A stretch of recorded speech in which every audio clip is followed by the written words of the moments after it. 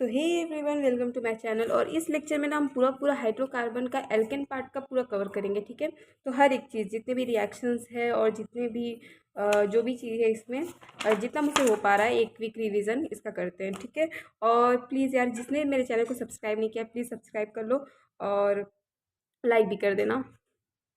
तो एल्कीन, इसमें हम इतने रिएक्शन पढ़ेंगे जो कि मैंने ऑलरेडी एक प्रीवियस लेक्चर में डिस्कस कर दिया था, तो फिर से मैं एक बार करने जा रही हूँ। ठीक है, तो ये है बाई एल्किन। तो एल्किन में क्या करते हैं, एक एल्किन लेते हैं और उसमें H2 और Na का रिएक्शन करवा के इसको एल्किन में कन्वर्ट कर देते हैं। ठीक है, तो इसमें रिएजेंट कौन कौन सा यूज़ होता है, H2 Na Pti Pd use होता है। ठीक है, अब एल्काइन से कैसे कन्वर्ट करते हैं एल्केन में, तो एल्काइन से फिर हम वही रिएक्शन करवाते हैं सेम रिएजेंट के साथ और उसे फिर उसका एल्केन बनाते हैं by alkyl halide. Alkyl halide में ईजी मेथड क्या है, एक्स हटाना है, एच लगाना है। ठीक है, और उसके लिए रिएजेंट क्या यूज़ होता है, Zn H+ और H2। ठीक है, वुर्ज रिएक्शन के बारे में हम पढ़ेंगे।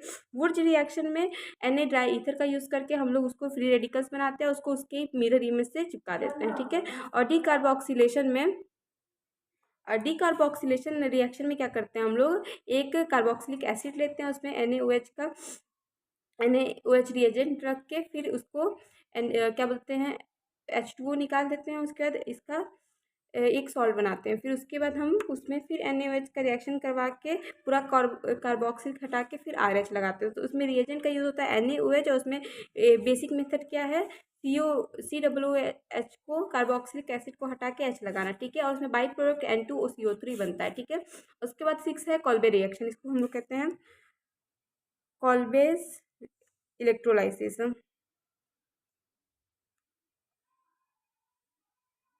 इसमें हम क्या करते हैं, इसमें क्या बोलते हैं, RCOO को हम इलेक्ट्रोलाइसिस करवा के इसका फिर फ्री रेडिकल बनाते हैं, इसको मिरर इमेज से चिपका देते हैं। तो ये रिएक्शन और Na ड्राईथर सेम टू सेम है। बस इसमें क्या होता है कि इसमें Na ड्राईथर का यूज़ होता है रिएजेंट में, इसमें कॉल्बे रिएक्शन का यूज़ होता है। इसमें जो क्या बोलते हैं, इसके साथ जो प्रोडक्ट है वो होता है X रहता है, इसके साथ जो होता है COO रहता है। ठीक है, अब हम लोग इसकी प्रॉपर्टीज़ के बारे में पढ़ते हैं। प्रॉपर्टीज़ में पहला आता है हेलोजिनेशन। हेलोजिनेशन में क्या करते हैं हम लोग, आर मतलब RH में H हटा के X लगाते हैं। ठीक है, हेलोजिनेशन में हेलोजन का एडिशन करना। ठीक है, इसको हेलोजिनेशन कहते हैं। इसमें बस H हटाना, R लगाना, ये डायरेक्ट मेथड है।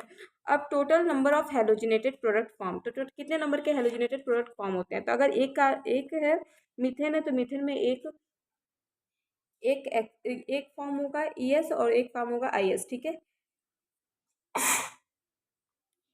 ES और IS का फुल फॉर्म मैंने ऊपर लिख दिया, आपको पता ही होगा। अगर क्या बोलते हैं, 2 कार्बन है तो उसमें एक ES फॉर्म होगा, उसमें भी सेम टू सेम फॉर्म होगा। ठीक है, सॉरी। उसके बाद 3 अगर कार्बन है तो उसमें 2 ES फॉर्म होंगे, 2 IS फॉर्म होंगे। ठीक है, ये मैंने एकदम शॉर्ट में लिखवा दिया, जो कि मैं PDF सेंड कर दूंगी, तो उसमें आप लोग देख लीजिएगा। ठीक है, अब हम नेक्स्ट पे आ जाते हैं, rate of reaction. Rate of reaction में फ्लोरीन, क्लोरीन, ब्रोमीन, आयन में फ्लोरीन के रिएक्शन बहुत हाई होता है, क्लोरीन उसके बाद ब्रोमीन उसके बाद आयोडीन। तो जो फ्लोरीन होता है वो इतना ज़्यादा हाईली रिएक्टिव होता है कि वो रिएक्शन में पार्टिसिपेट ही नहीं करता है। जो क्लोरीन है यहाँ से पार्टिसिपेट स्टार्ट होता है, ब्रोमीन ये सबसे स्लो होता है, इसलिए ये भी नहीं पार्टिसिपेट करता है। ठीक है, तो अब हम इन दोनों के बारे में पढ़ेंगे। तो क्लोरीनेशन में क्या होता है, 1 पॉइंट जिसका H अगर ये प्राइमरी है, प्राइमरी को 1 से मल्टीप्लाई करना है और उसके बाद ये पता करना है। तो इसको मैं बाद में बता दूंगी, एक बार एक अलग सा लेक्चर बताऊंगी तो ये बता दूंगी पूरा।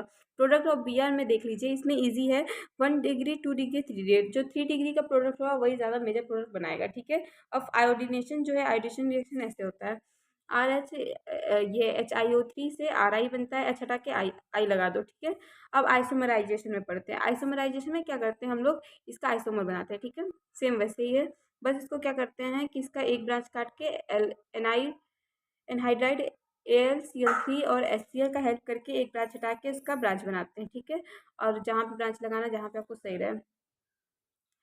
और जो मेजर प्रोडक्ट अल्फा कार्बन से आप निकाल लेंगे कौन सा मेजर है कौन सा माइनर है। ठीक है, एरोमेटाइजेशन में हम लोग इसका रीजेंट का यूज़ करते हैं और इसका यूज़ करके हम इसको एरोमेटिक बना देते हैं कंपाउंड को। ठीक है, तो ये अगर ये कार्बन है, Cr2O3 का यूज़ करके और V2O5 और MO2 एंड O3 का यूज़ करके हम ये फॉर्म करते हैं।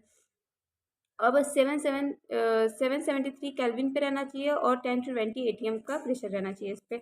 अब कंट्रोल ऑक्सीडेशन में हम आ जाते हैं। तो कंट्रोल अगर 1H कार्बन 1H को OH लगा देंगे। तो यहाँ पे 2H3 है, इसमें 1H को अगर OH लगाना तो इसमें के लिए हमें रिएजेंट का इसका यूज़ करना पड़ेगा। कॉपर 523 केल्विन पे और 100 ATM का यूज़ करके हम एक H को हटा के एक OH लगा सकते हैं। ठीक है, अगर 2H को हटा के हम एक OH लगा सकते हैं। और इधर से वाटर निकालने के लिए हमें ये रिएजेंट का यूज़ करना पड़ेगा, MO2O3 और हीट के साथ। और उसके बाद अगर हमें 3H लगा निकालना है तो हमें इसके लिए CH3COOH ट्वाइस का यूज़ करके Mn और ये हीट के साथ हम इसको ये वाला प्रोडक्ट बना सकते हैं, CH3COOH और प्लस 2H2O। अब KMNO4, अगर कोई भी 3 डिग्री कार्बन है, ठीक है, उसका हेल्प करके हम यहाँ पे KMNO4 से हम OH का यूज़ कर सकते हैं। अब कंबशन में आ जाते हैं, अगर कोई भी CXH5 और X प्लस Y/4O2 लेते हैं तो इसका हम प्रोडक्ट बनाएंगे XCO3 और Y/2H2O। ठीक है, और ये एक एक्सोथर्मिक रिएक्शन होता है। ठीक है, अब रिएक्शन विथ स्टीम रिएक्शन, इसकी स्टीम रिएक्शन में क्या करेंगे, एक मीथेन लेंगे, मीथेन में H2O को ऐड करेंगे और Ni के प्रेजेंस में इसको CO और 3H2O में कन्वर्ट कर देंगे। उसके बाद हम आएंगे पैरालिसिस। पैरालिसिस मतलब होता है कि ब्रेक डाउन करना, ठीक है, या क्रैकिंग करना उसका। तो C6H4 को 773 केल्विन टेम्परेचर में हम इसको ब्रेक कर देंगे। C6H12H2 इसे आगे चलाने के लिए ऐसे ही हम लोग ब्रेक करते जाएंगे, यहाँ पे आ जाएंगे।